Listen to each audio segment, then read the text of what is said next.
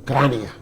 Entonces, Salvador, dime, ¿cuál es la situación que se presenta en estos dos países que eran parte de un bloque, del bloque soviético, de la década de los 80, los 70, hasta los años 90 por ahí, que de repente luego cuando se disolvió ese gran bloque, la Unión de Repúblicas Socialistas y Soviéticas, pues cada quien cogió por su lado y hoy pues están en conflicto. Eso lo... Bueno, tal y como tú dices, a mí me unen fuertes lazos, no solo con Rusia, sino también con Ucrania. Con Ucrania, sí. Porque allá vivimos más de una década en Ucrania, pero también tuvimos en Rusia unos años antes de ir a Ucrania. Yeah. Por lo tanto, tenemos lazos entre las dos naciones y por eso nos duele tanto lo que está pasando ahí. Esa zona se está encaminando a una situación que, si bien hace unos días yo todavía decía que quizás era prácticamente muy difícil, 90-10, que se diera un conflicto bélico, pero la situación se ha caldeado y precisamente en las últimas horas, hace unos días comenzaron unos ataques muy fuertes, violentando lo que había sido el acuerdo que habían firmado en Minsk, Rusia, Ucrania, con la supervisión de otros países de Europa del Oeste, cuando se pusieron de acuerdo para parar, hacer un paro a la escalada militar que se estaba dando por la situación de las dos repúblicas que se conformaron, que le dicen República Popular de Donbass exacto. Y de... que eran especie de provincia de Ucrania, ¿verdad? Y se convirtieron sí, en son provincias de Lugansk y Ucrania. Hace unos días se recrudecieron los ataques con morteros y cohetes, sí, según la imagen. Y muchos refugiados fueron a parar a Rusia. Ellos combinaron a la población porque se esperaba una asonada bastante fuerte de ataques de parte del ejército de Ucrania a esas zonas que están devastadas porque realmente se convirtieron en escenas de guerra y no dependen prácticamente los hechos no estaban dependiendo de Kiev, más bien tenían apoyo y ayuda humanitaria de parte de Rusia porque casi toda la población de esa zona es de origen ruso y tienen la lengua rusa como idioma de comunicación. Yeah. Y de ahí es que ha venido esta secesión que se está dando, que es algo doloroso que suceda, pero al venir al poder las fuerzas que hoy dominan en la República de Ucrania, entonces se recrudeció lo que es el ataque hacia el tema cultural y lingüístico. Es decir, un ataque al idioma ruso, a todo lo que tiene que ver con Rusia. Ahorita estaba yo oyendo a Putin, que hizo una locución precisamente, y hasta en algunas ciudades que se incorporaron al Imperio Ruso y que hoy pertenecen a Ucrania, por la guerra patriótica que llevaron a cabo en aquella época el mariscal Suvorov, y tenía no recuerdo la ciudad, en Ucrania, y hoy habían quitado la estatua de Suvorov, porque era parte de lo que era el colonialismo, el imperio ruso. El imperio ruso, el viejo imperio porque ruso. Porque Ucrania era parte de Rusia. Sí. Como nación, fíjate, ¿cómo surge Ucrania? Ya como Estado moderno. A partir del triunfo de la Revolución de Octubre, en el 1918, Lenin, para resolver el problema nacional, porque Rusia era un imperio donde en su territorio habían decenas de miles o cientos de naciones diferentes, una con características geográficas grandes, eran repúblicas autónomas, y otras que son pueblos, nacionalidades específicas que viven en territorios.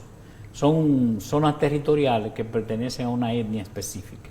Entonces, la resolución del problema nacional en la Unión Soviética fue muy estudiado por Lenin. Y la solución que le dieron a eso fue la creación de lo que era la URSS, la Unión de Repúblicas Socialistas Soviéticas, que entraron, y ahí se conformaron las 15 repúblicas principales, que eran las repúblicas de la Unión, eran 15. Entre ellas estaban Rusia, obviamente, Ucrania y Bielorrusia, que eran las 3 repúblicas eslavas. Habían repúblicas que pertenecían al Imperio Ruso, como lo eran Polonia y Finlandia, que le dieron la autonomía, la libertad.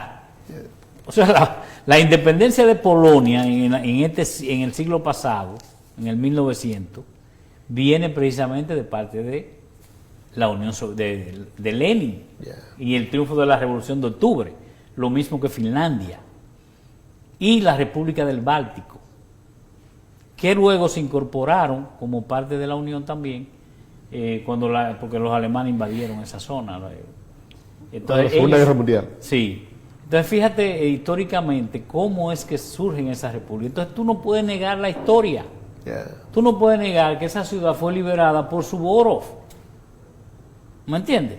Porque esa es la historia. Y ahora se quiere negar. Esa es la historia, exactamente. No negarlo, sino que eso no fue un acto de patriotismo. ¿Y de qué era?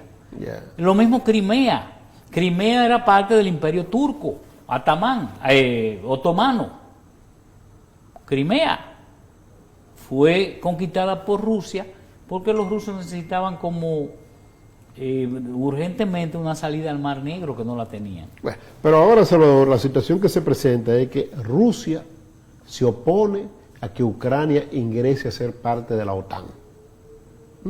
Entonces, sí amenaza a Rusia de que si Ucrania ingresa a la OTAN, pues podría haber un conflicto bélico entre Rusia y Ucrania. ¿Por qué se opone Rusia a Mira, Rusia hasta el 2014 tenía un vínculo bastante bueno con Ucrania, porque los gobernantes eran, ellos querían su autonomía, su independencia, pero tenían sus vínculos con Rusia. Mantenían buenos vínculos comerciales. Al negarse el presidente a firmar la entrada de Ucrania a la Unión Europea en ese momento, se desató una ira popular que desencadenó en lo que le llaman Maidán. Maidán en el idioma de Ucrania quiere decir plaza, Maidán, Euromaidán le llamaban, que precisamente el tema era ese, la entrada de Ucrania, que era una entrada entre comillas, porque tú sabes que la Unión Europea tiene que nivelar lo que es la categoría productiva de una nación para que tenga acceso, nivelarlo con los países miembros de la Unión Europea. Fíjate que hay países que todavía no están en pleno derecho dentro de la Unión, como es el caso de, creo que Turquía en alguna situación y otros países más. De manera que Ucrania iba a ser aceptada no con pleno derecho, sino parcialmente. Pero los ciudadanos de Ucrania querían eso, porque ¿qué más atractivo que tú ser miembro de la Unión Europea? Claro, te da libre tránsito en toda Europa. Sin embargo, ¿qué nosotros veíamos todavía en esa época?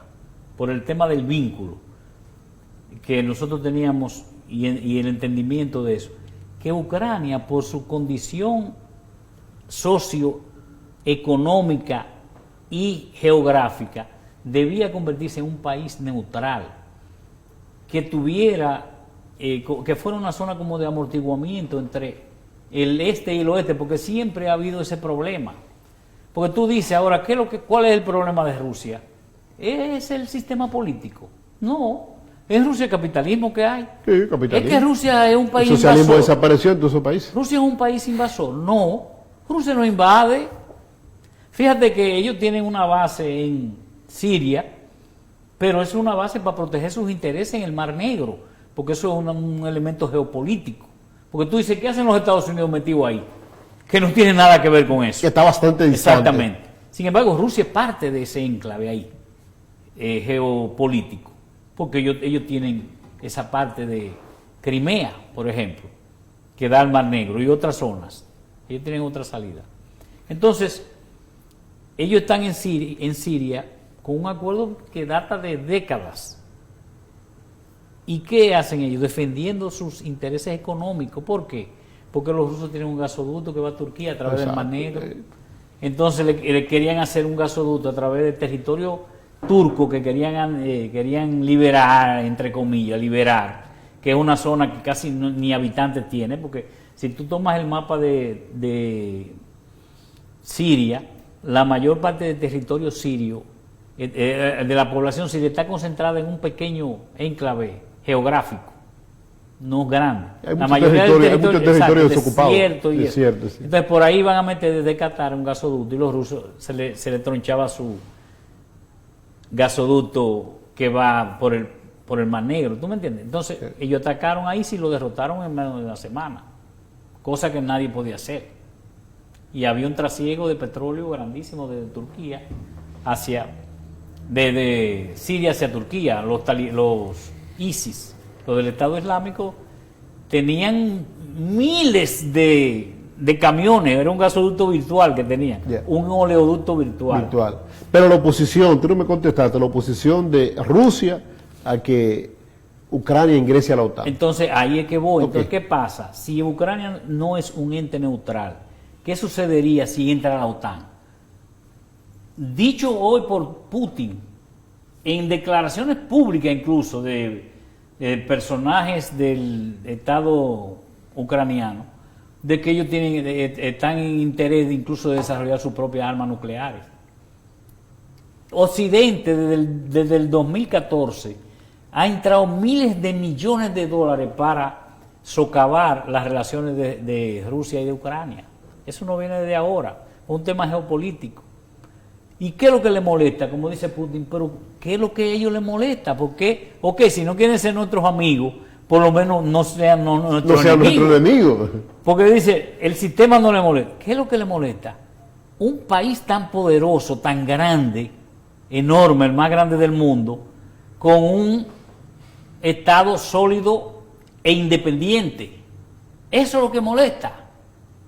Ahora con China no puede mucho, ahora con Rusia. Fíjate que eso ha empujado a los chinos y a los rusos a acercarse. Los chinos y los rusos no eran tan cercanos.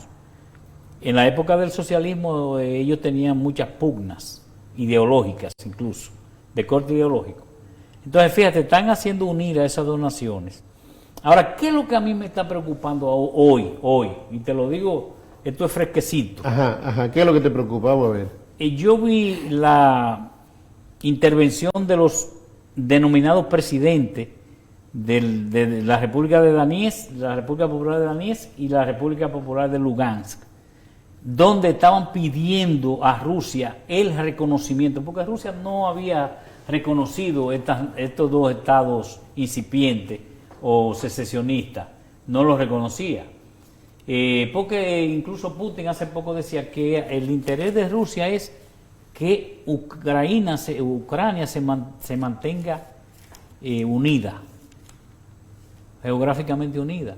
Fíjate que aparte de Lugansk y Donetsk, hay otras regiones que querían independizarse también, como Kharkov, pero tú no crees que tiene eso... una gran población rusa, y Odessa, que es el principal puerto. Pero tú no crees, Salvador, que podría interpretarse como una injerencia de Rusia en Ucrania. Hoy Putin firmó el decreto reconociendo a esas dos repúblicas. Sí, Entonces, ¿qué significa eso? Eso podría traer una situación más peligrosa de lo que hay hoy. Porque ya el reconocer Rusia eso, ¿qué significa? Que puede devolver los ataques. Claro. Puede entrar armamentos allá.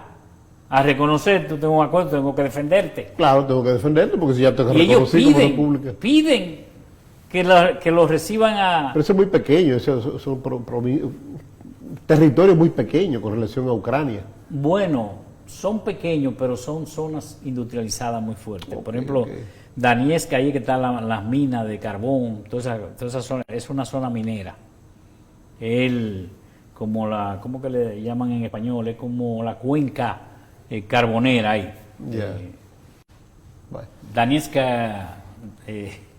Donbass, Basin, como es una cuenca carbonera ahí, desde el punto de vista minero. Mire, Salvador, vamos a hacer una breve pausa. Cuando regresemos vamos a hablar del impacto económico que podría provocar esto en el mundo, porque sabemos que Rusia es uno de los principales productores de gas natural del mundo, pero también de petróleo. Pero Ucrania también incide de una u otra forma en la producción de hidrocarburos. De una u otra forma, entonces, vemos cómo se ha provocado, sin tirar un tiro ahí, una alza en el petróleo, básicamente en el de referencia para la República Dominicana, el West Texas.